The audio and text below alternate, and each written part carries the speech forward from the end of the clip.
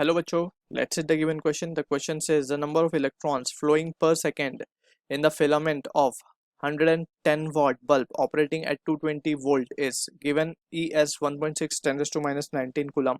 Option A 31.25 10 raised to 17, option B 6.25 10 raised to 17, option C 1.25 10 raised to 19, option D 6.25 10 raised to 18.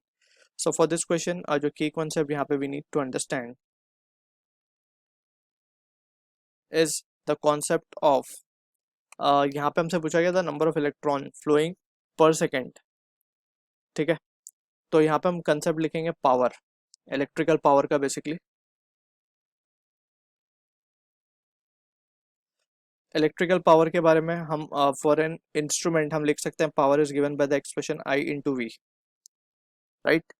इसके अलावा we will also be using the concept of quantization of charge to calculate the number of electron. तो सबसे पहले तो हम power के हिसाब से करंट निकालते हैं. तो करंट हमें मिल जाएगा 110 ऑपरेटेड एट 220 वोल्ट. तो करंट हमारे पास आ जाएगा, this value of current comes out to be 1/2 यानी कि 0.5 एम्पियर.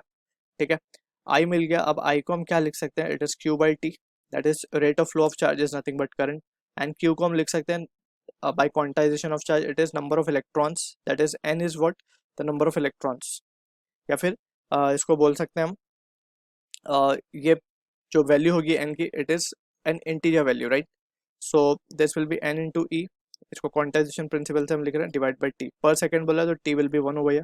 सो यहाँ से हम लिख सकते हैं I is 0.5 divided by e. E क्या है हमारे पास, charge on electron 1.6 10 to minus 19 coulomb. That will be giving us the value of n. So from here the value of n comes out to be ये हो जाएगा हमारे पास, इसको just divide करना है हमें. तो 5 बाय,